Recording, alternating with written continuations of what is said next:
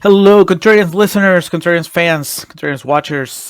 Here we are with our little pre-show or warm-up for our Death Sentence episode, an epic revenge thriller starring Kevin Bacon, Matt O'Leary making his triumphant return to the Contrarians, John Goodman, and the guy that drove John Goodman around in St. Llewyn Davis, Garrett Hedlund. Yeah. Also Kelly Preston and Aisha Tyler. Mm-hmm. That's it. That's your preview. Go enjoy the movie and the episode. You don't need to know anything else. Very violent. That's about all you need to know. Yes. Oh, directed by James Wan.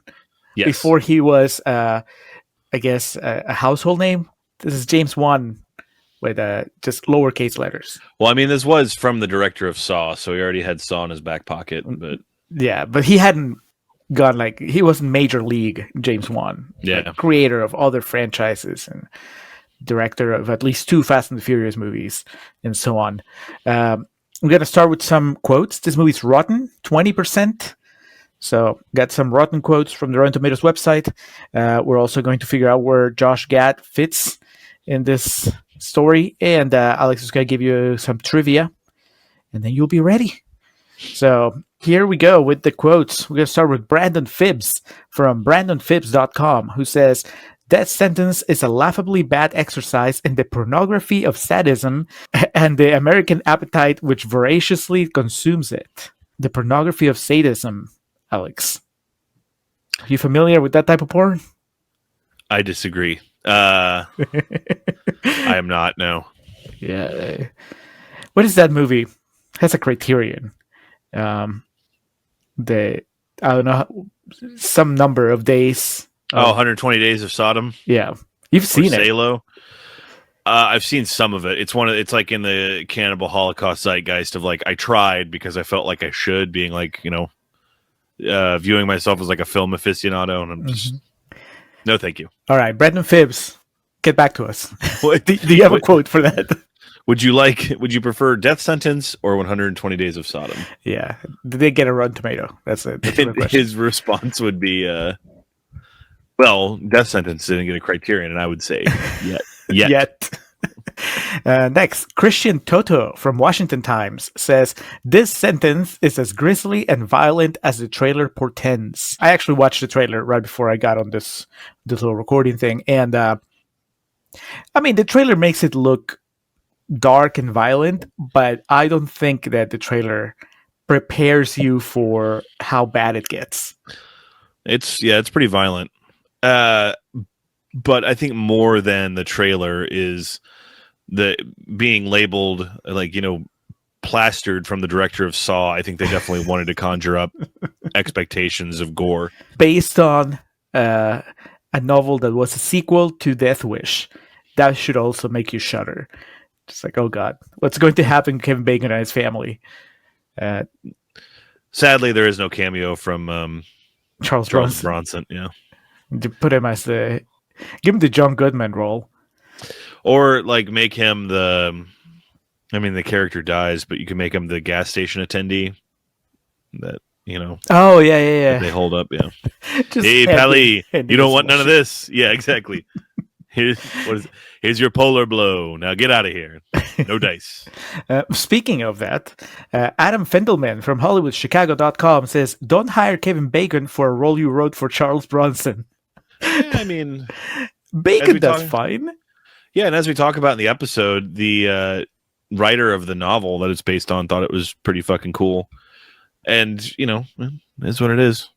He's Sebastian Kevin Bacon, he doesn't have a death wish. He sentences death. He's handing out death sentences. Very different.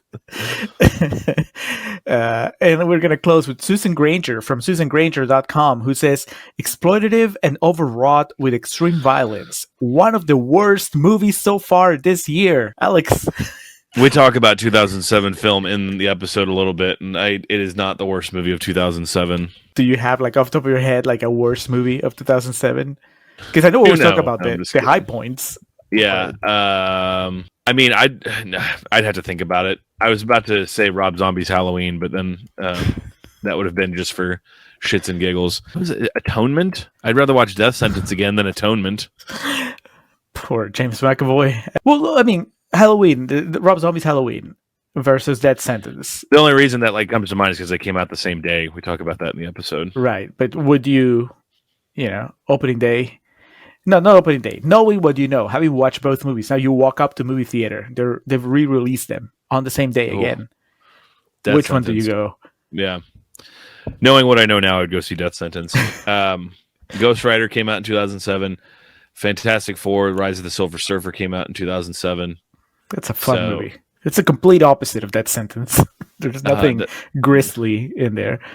That is accurate. What else? The Brave One, which we talk about. Yeah, there's... Man, that was the year of revenge thrillers. It really was. Depending on what you're into. Hot Rod, I know there's a lot of people that hate that movie and would probably say Death Sentence is a better movie than that. I think it's hilarious, but And Spider-Man 3. No, come on. I would rather watch this again than Spider-Man 3. That's only because you haven't watched Spider-Man 3 in a while. I think you need to remember the good things about it. I have not, because I watched it once and I was like, never again. All right. Well, let us know. What's the worst movie of 2007? There you go. Is it better than Death Sentence? Let's see if Susan Granger is correct on this one. But in the meantime, we're gonna move on to the Josh Gad Minute. Alex, what role does Josh Gad play in Death Sentence? I mean, he could be the gas station attendee as kind of like a whoa, and have people like the rest of the movie thinking, was that Josh Gad?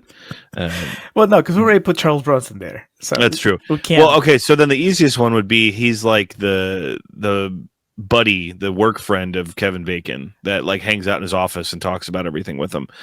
Because you're not gonna make Gad. I guess you can make him one of the henchmen, or you can't give him the John Goodman role because he's not old enough to be Garrett Hedlund's dad. But I think the safe bet would be someone who works in the office and is friends with the guy who's friends with Kevin Bacon, or you can make him like one of the security guards or the one that has some speaking lines just to make sure you get your money's worth. Or you make him the DA. That's what I was thinking. Just one scene, but he gets to really just a huge dick. Yeah. We talked about too. We agreed we wouldn't want to do anything to replace Aisha Taylor, so her casting is safe. Yeah. No, she's. You need one woman that makes it to the end of the movie. Yeah. Aisha Tyler. I said Taylor for whatever reason, but yes, that is true. One female has to be able to see this through. Yeah. All right. Well, that's settled then. Alex, what trivia do you have for us? As we've mentioned several times now, it was directed by James Wan, written by Ian Mackenzie Jeffers, and based on Death Sentence, a 1975 novel by Brian Garfield, starring Kevin Bacon, Garrett Hedlund, Kelly Preston, Aisha Taylor, and John Goodman. Released on August 31st of 2007, same day as Rob Zombie's Halloween. That might be the first time we have two movies on the podcast that were released on the same day. So that's, some ground broken there. Because, of course, you release a movie named Halloween on August 31st. A budget of $20 million with a box office return of 17. So obviously did not set the world on fire. As we mentioned, a 20% consensus on Rotten Tomatoes.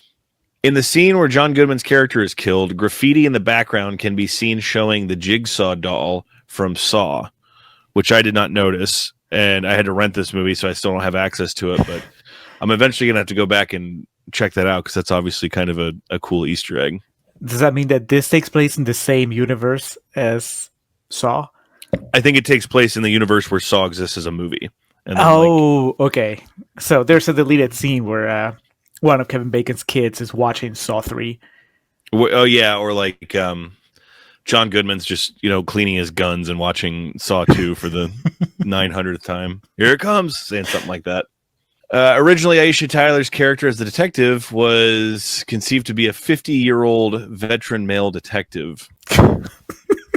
I really enjoy the direction they went with instead, because The grizzled, like, old detective that's right near retirement that's like played out at this point. And she's pretty good in this. We talk about the episode. She gives a pretty good performance. So I was okay with the direction they took with that, because I don't need to see fucking Kevin Bacon talking to another old dude. Robert Duvall. I mean, yeah, it'd be awesome. But then we go back to the whole point of then your one major female character dies halfway through the movie. Yeah. Just a bunch of dudes at the end. And it's just fucking hot dog cart at the end of the film.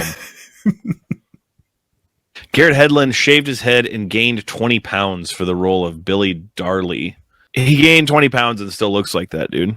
If I lose 20 pounds, I'm still fat. He's just like, yeah, I'm hot as shit.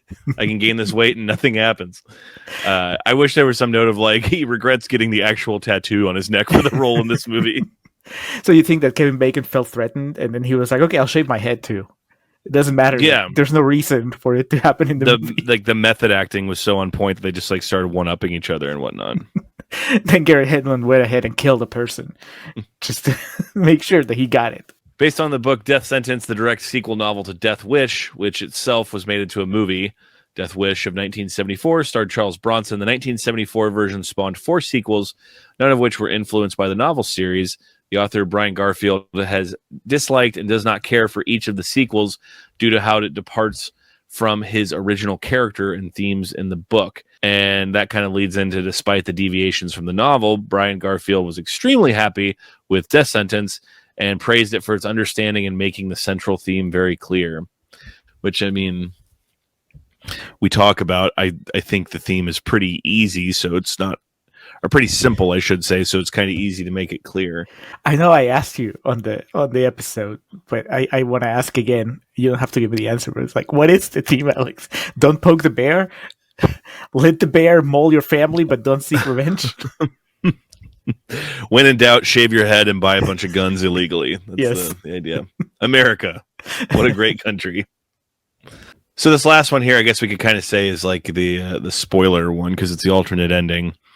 In the alternate extended version of the film, Kevin Bacon dies at the end. Do you think anything was stood to be gained or lost with Nick Hume, our main character, perishing at the end of this movie? It depends, like, how, if you shoot it as a tragedy or if you shoot it as a triumph, I think. What's James Wan going to go with? Because I don't think it's going to be the end of glory where Matthew Broderick, marches on. You should Tyler just like wipes away one tear, closes his eyes, sleep well, sweet prince. I don't know. I mean, I'm not crazy about the ending as it is right now, and we'll talk about it in the episode. But I guess I appreciate the ambiguity in a way. I don't know. For a movie like this, it feels like it would be too lazy for like him just to die in the end. Sometimes the things left on the cutting room floor are things that were changed during production or changed for a reason. And because we couldn't figure it out, and because we had such a fun time figuring it out, there's a character in this who's part of the gang played by an actor named Eddie Gaithji, maybe. I'm sorry, Eddie, I don't know how to pronounce your name, but when we figured out who he was, he plays a character in X-Men First Class, and we talk about that in the episode, but then if we did, I don't remember, we put together that Kevin Bacon's also in that. Yeah. And I think Kevin Bacon's the bad guy in that, right? Yeah, Sebastian Shaw. Yeah, that's right. So the reverse of fortunes in that. Yeah, a quarter kills him. Up until that point in the movie, he still wins though and kills a lot of people. But yeah, you will find nothing in, as shocking as it may sound, you will find nothing in Death Sentence as ridiculous and as melodramatic as the quarter death scene from X-Men First Class. You would have preferred Fassbender to just go get some guns from John Goodman and start blasting away. That would have been way more enjoyable because you wouldn't have fucking James McAvoy going, ah. All right. Well, that's a trivia. There's more trivia in the episode, more quotes.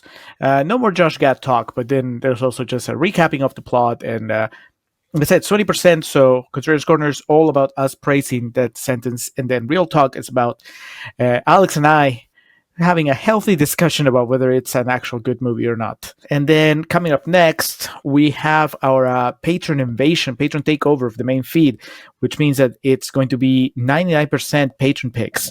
We're going to start with Demutations, a movie from the mid-70s starring Donald Pleasence. It's a horror sci-fi movie, I think. And can't stay away from the doc. Yeah, I mean, at least one Pleasence a year. Why am I really liked that movie. What was the other one we watched? Wake and Fright. Wake and Fright, yes. Yeah, and the Mutations. So yeah, fulfilling his Contrarians contract, Donald Pleasence comes back. All right, so watch that sentence, listen to our episode, come back for the next installment of these videos. But thank you for watching, listening, just being Contrarians fans, and we'll talk to you again soon.